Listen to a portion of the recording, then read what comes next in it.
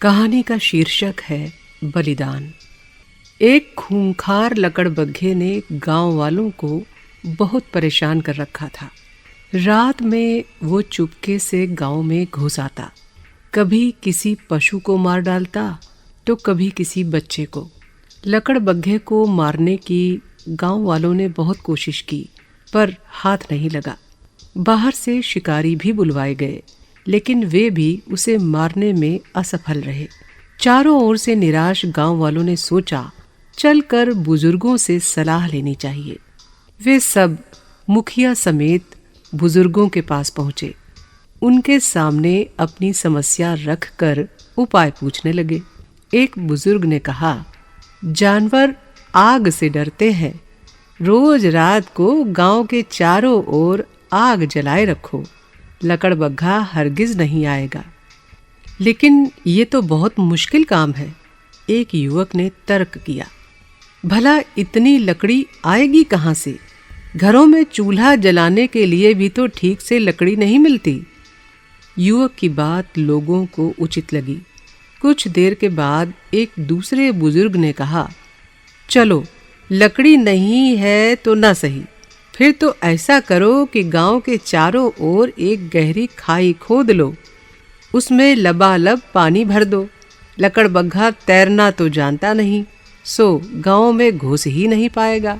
हाँ, ये तो हो सकता है। कुछ लोगों ने दूसरे बुजुर्ग का समर्थन किया, पर तुरंत उनकी बात काटते हुए वही युवक फिर बोला, खाई खोदना मुश्किल नहीं है, लेकिन इतना पानी आएगा कहाँ से? गांव के ज्यादातर कुएं तो सूखे हुए हैं। बात तो सही है। कुछ लोग युवक से सहमत हुए, लेकिन गांव का मुखिया युवक को झिड़कते हुए बोला, मैं देख रहा हूं कि तुम हर बात में मीन मेख निकाल रहे हो। अगर तुम इतने ही अक्लमंद हो तो फिर स्वयं ही कोई रास्ता क्यों नहीं खोज निकालते? क्यों अपना और हम लोगों का समय खराब कर रहे हो? युवक मुखिया की बात का बुरा न मानते हुए बोला, बड़ों के सामने मुंह खोलते हुए मुझे संकोच हो रहा था। वैसे एक तरकीब मेरे दिमाग में है। कुछ सोचते हुए वो बोला, एक भारी भरकम पिंजरा तैयार करवाइए जो अपने आप बंद हो जाता हो। मुखिया उसकी बात सुनकर व्यंग से हंस पड़ा और बोला, खाली पिंजरे में लकड़बग्घा घुसेगा ही क्यों?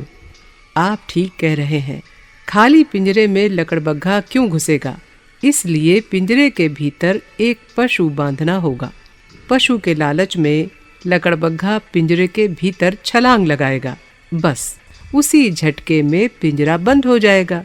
सुबह आप लोग उसे खत्म कर दीजिएगा, लेकिन इसके लिए हम में से किसी को अपना पशु बलिदान करना होगा। बोलिए, मंजूर है? मंजूर है। युवक की बात लोगों को जच गई। उन्होंने शाबाशी में उसकी पीठ ठोकी। फिर गांव के लोहारों को आदेश दिया गया कि वे कल शाम तक अपने आप बंद हो जाने वाला एक पिंजरा तैयार कर दें। पशु की कोई समस्या नहीं है। इतनी बड़ी विपत्ति से छुटकारा पाने के लिए कोई भी अपनी बकरी सहर्ष दे देगा। सारी बात तय हो गई। लोग निश्चिंत होकर अपने अपने घर चले गए। दूसरे दिन संध्या से पहले ही पिंजरा बनकर तैयार हो गया और उसे गांव की सीमा पर रख दिया गया। अब पिंजरे के अंदर पशु भर बांधना शेष था। इसी बात पर लोगों में विवाद हो गया। कोई कहता, तुम्हारे पास बहुत सी बकरियां हैं, एक दे क्यों नहीं देते?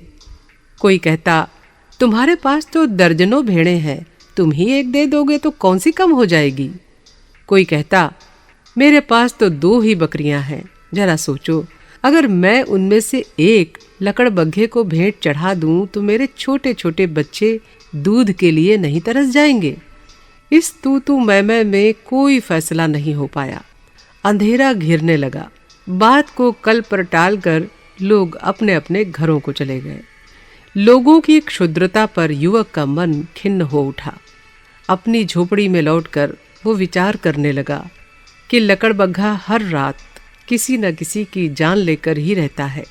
आज भी वो किसी को अपना आहार बनाएगा ही। हालांकि कल जरूर कोई न कोई अपने पशु की बलि देने के लिए राजी हो जाएगा।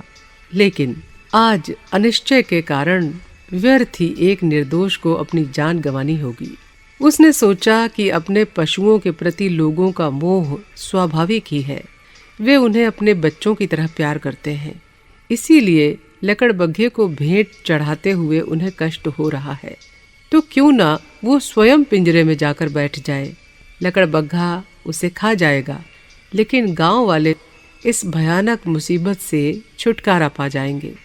फिर वो अनाथ है, उसके मरने से किसी को कोई भी कष्ट नहीं होगा, उल्टे सबका भला ही होगा और उसका जीवन भी सार्थक हो जाएगा। युवक तुरंत पिंजरे में जाकर बैठ गया और लकड़बग्घे का इंतजार करने लगा। सुबह जब गांव वाले शौच आदि के लिए खेतों की ओर निकले तो अनायास उनकी दृष्टि पिंजरे की ओर गई। पिंजरे में बंद लकड़बग्घे को देखकर वे हैरान रह गए। भागे भागे पिंजरे के पास पहुंचे। भीतर का दृश्य देखते ही उनकी आंखें विस्मय से फट गईं। युवक की अधखाई लाश पिंजरे के भीतर पड़ी हुई है और लकड़बग्घा अपनी मौत की घड़ियां गिन रहा है। सभी की गर्दनें लज्जा से झुक गईं, आंखें भीग गईं। युवक ने अपने प्राणों की बलि देकर सारे गांव को संकट से उबार लिया था और उनके सामने एक आदर्श प्रस्तुत किया था, जो वास्तव में सबके लिए प्रेरणा बन गया।